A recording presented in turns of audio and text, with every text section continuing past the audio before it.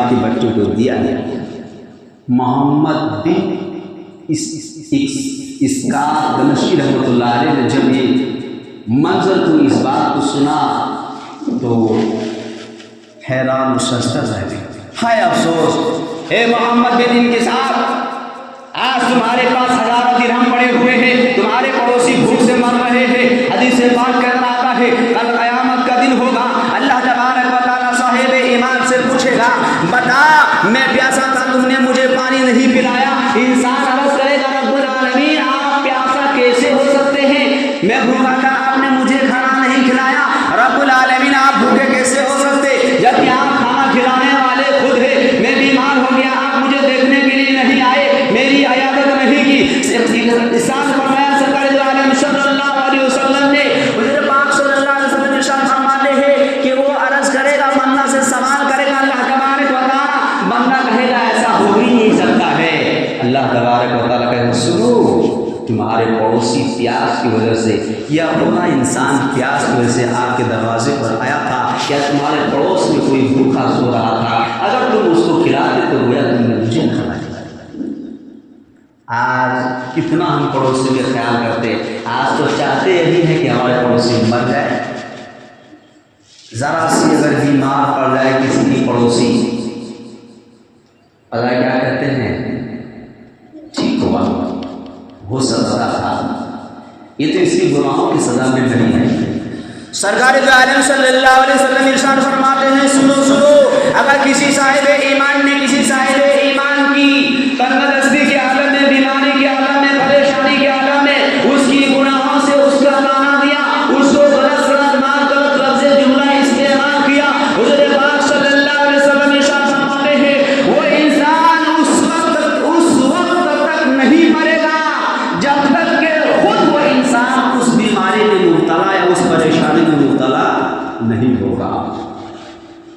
میرے عزیز دوستو کہاں ہے ہم؟